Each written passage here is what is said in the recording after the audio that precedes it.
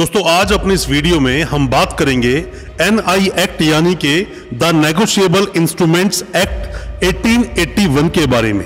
हम बात करेंगे इसके कुछ महत्वपूर्ण सेक्शंस के बारे में और बात करेंगे कितनी सजा का प्रावधान है, साथ ही कितने समय के भीतर आपको नोटिस भेजना होगा या फिर कितने समय के भीतर आपको नोटिस मिल जाएगा। चेक बाउंस हुआ कितने समय के अंदर रिप्लाई आपको करना होता है या फिर कितने समय के अंदर चेक आपको डालना होगा, कितने समय की मियाद होती है एक चेक की, मतलब कब तक की उसकी वैलिडिटी होती है।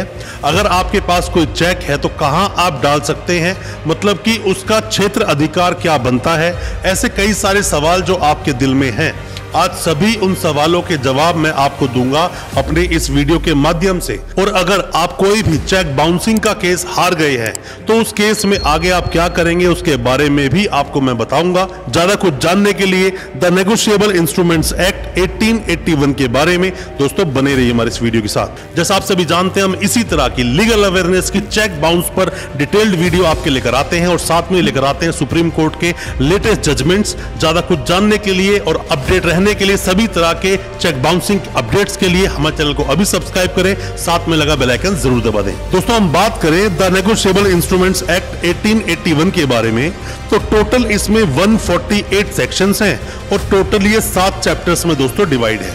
इसमें जितने भी सेक्शंस जो बताए जाते हैं उसमें सबसे ज्यादा जो कॉमन या मैं ये बोलूं कि फेमस जो सेक्शन है वो है 138। आपने 138 के बारे में ही सुना होगा क्योंकि वही बात करता है मेन चेक बाउंस के बारे में। अब दोस्तों बात क्या होती है, इसको आपको शुरू से थोड़ा समझना होगा, तभी आप समझ पाओगे कि चेक बाउंस का मतलब क्या होता है। मान लीजिए कभी भी किसी भी व्यक्ति को कोई भी एक चेक मिलता है, चेक आपको मिला। सबसे पहले दोस्तों आप ये समझिए कि अगर कोई भी आपको चेक मिला है या आपका चेक किसी ने कोई भी बैंक में डाल दिया है तो सबसे पहली बात तो लीगल लायबिलिटी होनी चाहिए आपकी कि आपको किसी को पैसे देने हैं।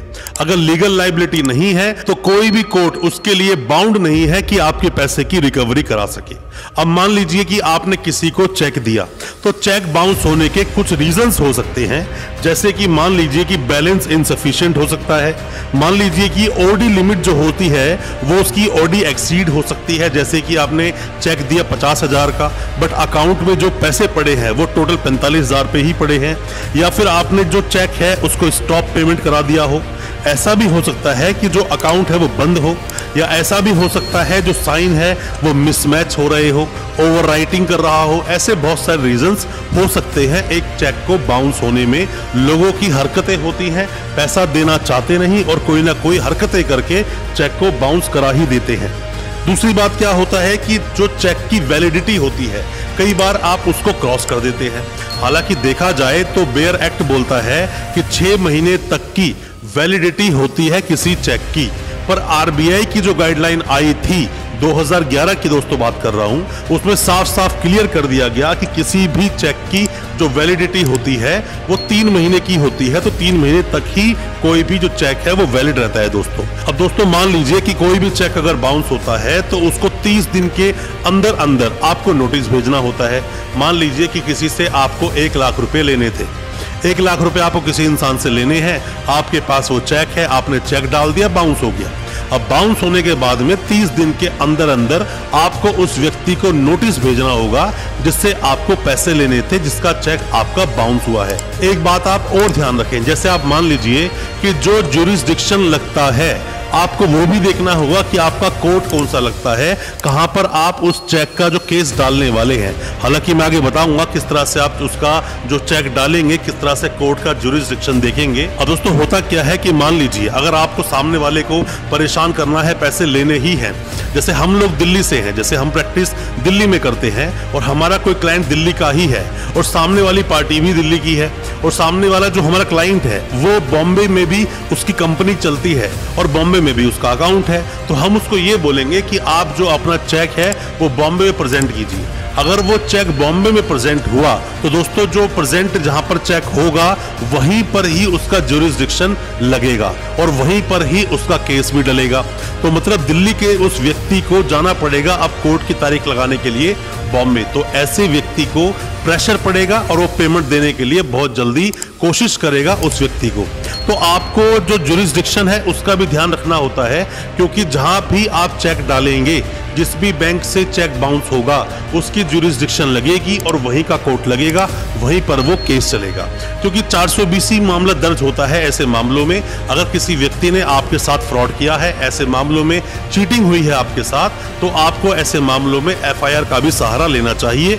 हालांकि 30 डेज में आप नोटिस भेज देते हैं, सामने वाला 15 डेज के अंदर अंदर आपको उसका रिप्लाई करेगा। 15 डेज में अगर आपको रिप्लाई नहीं करता है तो ऐसे मामले में 15 डेज में अगर आपके पास रिप्लाई नहीं आया तो अब चेक के लिए कॉज ऑफ एक्शन अराइज हो जाता है। मतलब कि अब आप उस पर चढ़ाई कर सकते हैं, मतलब कि आप उस पर ऑफेंस कमीशन हो जाता है, उसके अगेंस्ट आप केस डाल सकते हैं कोर्ट में। कोर्ट जाएंगे, केस डालेंगे और केस डालने के बाद सामने वाले के लिए एक्शन होगा, उसके पास समन जाएगा, उसे कोर्ट में आना होगा और कोर्ट में आके जवाब देना होगा कि वो पेमेंट आपकी वापस क्यों नहीं दे रहा है।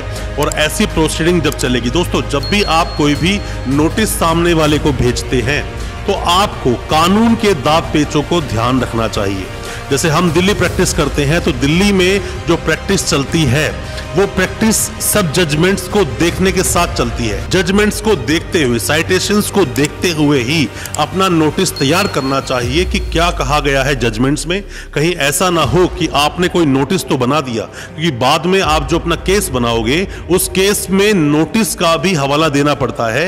ऐसा ना हो कि पूरा तरह से आप अपने नोटिस में कुछ और बात बोल रहे हो, केस में कुछ और बात बोल दो, आपका केस ही उड़ जाएगा। दोस्तों, फायदा नहीं उस चीज से। नोटिस को बहुत ही ध्यान से बनाएं ताकि आपके केस पर उसका फर्क ना पड़े।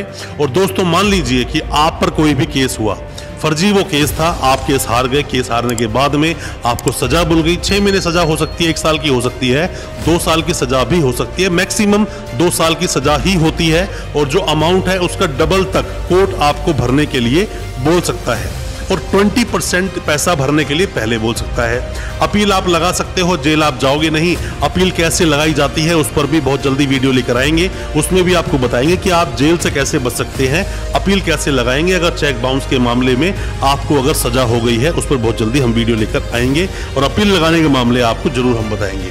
आपको दोस्तों जो प्रोसेस मैंने बताए हैं थोड़े से, उनके बारे में आपको जानना चाहिए। आपके जो भी कोई सवाल है किसी भी तरह के, नोटिस के रिगार्डिंग कोई सवाल है, नोटिस के रिगार्डिंग सवाल पूछें। आप चाहते हैं अपील के बारे में, अगर आप केस हार गए हैं या केस सामने वाली पार्टी हार गई है, उसने अपील लगा दी है, कैसे डिफेंस करेंगे उसको, उसके बारे में सवाल जानना चाहते हैं तो आप सवाल पूछें। केस के बीच में कोई सवाल पूछना चाहते हैं तो सवाल पूछें, कमेंट बॉक्स में अपने सवाल पूछें या हमें व्हाट्सएप पे मैसेज करें, हम आपको उसका रिप्लाई जरूर करेंगे। और कोई भी जो जायज हेल्प होगी हम आपकी उसमें हेल्प जरूर करेंगे। दोस्तों, अच्छा लगा आज का हमारी वीडियो को ज्यादा से ज्यादा अपने दोस्तों, परिजन, परिवार तक हमारी इस वीडियो को पहुंचाएं ताकि वो भी कानूनी जानकार बन सकें। और साथ ही हमारे चैनल को भी सब्सक्राइब करें, साथ में लगा बेल आइकन जरूर दबा दें ताकि इसी तरह की लीगल अवेयरनेस की वीडियोस हम आपके लेकर आ सके सबसे पहले। बहुत बहुत शुक्रिया दोस्तों, धन्यवाद हमारे इस वीडियो के साथ बने रहने के लिए।